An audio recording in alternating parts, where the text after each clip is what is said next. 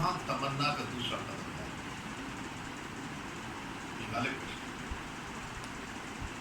ہے کہاں تمنا کا دوسرا قدم یا رب؟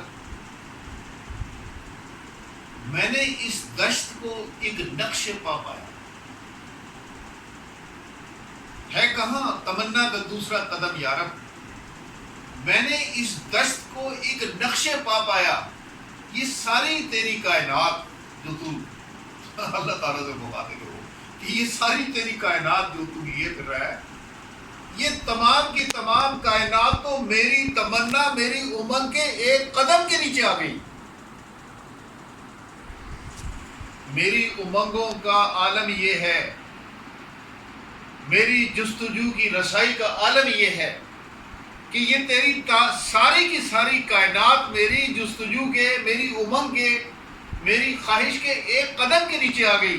اگلا قدم اٹھائے کھڑا ہوں، اگلی کائنات تو بتا جس پہ میں یہ قدم رکھوں. یہ انسانی فطرت کو اس میں ڈسکرائب کیا ہے. انسانی فطرت ہوتا ہے کہ انسانی فطرت کے جذبوں کا عالم کیا ہے. یہ میرے کو سماوی بات ہے. اب اس جذبے سے ہم کنار ہو کر جب انسانی اجتماع چلتا ہے تو وہ فساد کی نظر نہ ہو جائے، وہ تصادم کی نظر نہ ہو جائے، وہ ٹوٹ پھوٹ کی نظر نہ ہو جائے. فساد سے بچانے کے لیے اس میں جذبے رکھے گئے. ایجاد اور تخلیق، یعنی انسان میں رہنمائی دینے کی صلاحیت بھی موجود ہے اور رہنمائی قبول کرنے کا جذبہ بھی. ہر انسان کے اندر اس کی فطرت میں یہ دو چیزیں موجود ہیں. انسان رہنمائی قبول بھی کرتا ہے اور رہنمائی دینے کی صلاحیت بھی رکھتا ہے، رہنمائی کرنے کی صلاحیت بھی رکھتا ہے. اس کا نام ہے، شاہ ولی اللہ نے اس کو ایجاد و تخلیق، کہ یہ ایجاد و تخلیق ہے. تنظیم اس کے بغیر نہیں چل سکتی، تنظیم اس کے بغیر نہیں بن سکتی اگر قوم کے لیے قطعی طور پر وہ مفید جماعت نہیں. آپ نے تحفظ کرنا ہے. ہمارے ایک موقع پر ایک صاحب دلیل دے رہے تھے کہ جی کیا کریں جی خالد صاحب، معاملہ یہ ہے کہ جب ہمارے ہاں نقب لگی، آپ کو کچھ تاریخ پتہ ہونی چاہیے کہ یہ آج ہم 5-6 لوگ، 8-6-7 لوگ بیٹھے ہیں، 5 لوگ بیٹھے ہیں، 5-6 لوگ بیٹھے ہیں. ایسا نہیں ہے. ہم نے 5-6 کیا 2-4 لوگوں سے کام شروع کر کے الحمدللہ ایک بار نہیں ہوا، کئی بار ہو چکا کہ بنانے میں اس میں کامیاب ہو جائیں گے تو انشاءاللہ وہ سب کچھ سے اس کی ریوائول ہوگی، سب کچھ. تو میں آپ سے یہ عرض کر رہا تھا کہ اب دفاع کا مسئلہ ہے. مجھے کہا گیا کہ جب نقب لگی تو کہ جی آپ یہ نظریے میں تحریر کیسے کر سکتے؟ بڑے بڑے سرمایہ دار اور بڑی بڑی کمپنیاں انہوں نے نقب لگائی ہماری جگہ. پتہ چلا کہ جی آدم جی نے لاکھوں روپے کا جو قیمتی جو کیا کہلاتا ہے جنریٹر، وہ ہمیں گفٹ کیا ہے.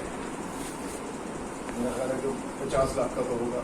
یعنی اس کا جو اونچائی ہے کم و بیش اتنی ہے، بہت اتنا ہی بڑا ہے، اتنا بڑا ہوگا چوڑا دینا. اور ہمیں یہ تجربہ تھا کہ جب یہ آئی یہ کیا ہوا،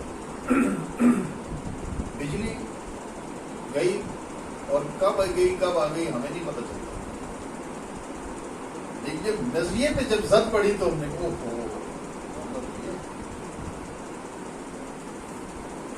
پروجیکٹر، ابھی ہم یہ سمجھ ہی رہے تھے کہ یہ پروجیکٹر کیسے آ گیا.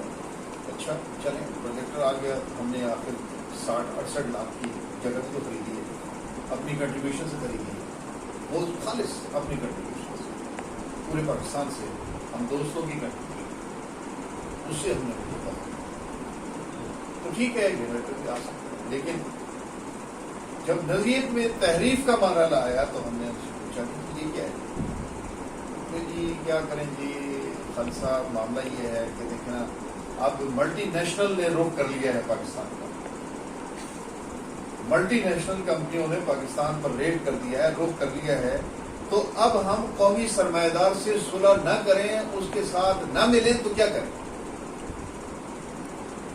تو سامراج کا مقابلہ کرنے کے لیے ہمیں جو قومی سرمایہ دار ہے اس سے تو ملانا پڑے گا، اس سے ہاتھ ملانا پڑے گا۔ تو میں نے ان سے پوچھا کہ میں نے کہا جی اچھا، اس کا مطلب تو پھر یہ ہے کہ ہمارا جو معاشی عدل کا نظریہ ہے اس کے مطابق تو یہ کہ حق معیشت کی مساوات پہلا نقطہ ہے حق معیشت کی مساوات، کہ وسائل ملک پر پوری قوم کا حق ہے، ہمیں اس سے دستبردار ہے۔ پھر ہمارے معاشی نظام کے اعتبار سے اقتناز دولت حرام ہے، یعنی دولت کا چند ہاتھوں میں سمٹ کر رہ جانا، اس سے اجتماع کا حق منہا نہ ہونا، جس پیسے سے اجتماع کا حق ادا نہ کر دیا جائے وہ پیسہ حرام ہے شریعت کے اصول۔ تو اس کا مطلب یہ کہ ہمیں پھر اس سے بھی دستبردار ہونا۔ پھر جو مینز آف پروڈکشن ہے، مینز آف پروڈکشن پر اجارہ داری اسلام کا معاشی نظام اجازت نہیں دیتا، ہمیں اس کو چھوڑنا چاہیے۔ اور پھر یہ جو سرمایہ داریت کے لیے کہ لامحدود ملکیت کی کوئی انتہا نہیں ہے، کوئی کنارہ نہیں ہے، اس سے بھی ہمیں تحدید ملکیت کا جو اصول ہے اس کو چھوڑ کر وہ اپنانا پڑے گا۔ اب اس کا کوئی جواب نہیں تھا، فبہت الذی کفر۔ تو یہاں پر آ کر جناب ہو کہ جی اچھا چلیں ابھی تو وقفہ ہو۔ میں توجہ جس طرح آپ کی دلانا چاہتا ہوں اس واقعے سے کہ ہمیں یہ مسئلہ درپیش ہے کہ ہم اس سامراج کی دستبرد سے کیسے بچیں، اس کا جواز یہ دیا جا رہا ہے میرے دوستوں، یہ جواز یہ جو آپ نے ابھی اتفاق چہارم پڑھا ہے، جو ریجنلزم پڑھا ہے، ریجنلزم میں اس کا جواب ہوتا ہے کہ جی اچھا ٹھیک ہے، پھر ہم سامراج کی دستبرد سے کیسے بچیں؟ یہاں پہ ہے موجود ہوتا کہ ہم سیکورٹی کا بندوبست کیسے کریں۔ میرے دوستوں، سیکورٹی کا بندوبست سرمایہ داریت کی چادر اوڑھنے سے نہیں ہوگا، سرمایہ داریت کے تسلط سے نہیں ہوگا، سرمایہ داریت کے تسلط سے نہیں ہوگا کہ سرمایہ داریت کا تسلط ہم قبول کریں۔ ہمیں اپنی سیکورٹی کا بندوبست اگر کرنا ہے تو وہ ریجنلزم میں مشکل ہے کہ ہمیں اپنے نیبر سے اچھے تعلقات رکھنے ہوں گے، اور ریجنل اقوام کے ساتھ ہمیں ایک اچھے اس میں آنا ہوگا، تعلق میں اور اس میں ایک تنظیم ہوگا۔ تو اتفاقی چہروں میں جو ریجنلزم ہے وہ ہماری سیکورٹی کے لیے ناگزیر ہے، جس کو ہمیں سمجھنے کی ضرورت ہے۔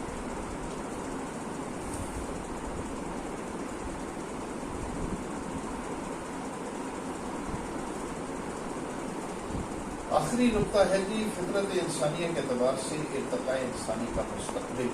امام انقلاب عبید اللہ سندھی رحمۃ اللہ علیہ نے یہ کہا ہے کہ ایک وقت آئے گا انسان پر ایک وقت آئے گا کہ انسان مادی ترقیات کی منزل سر کرے، مادیت کو سر کرے،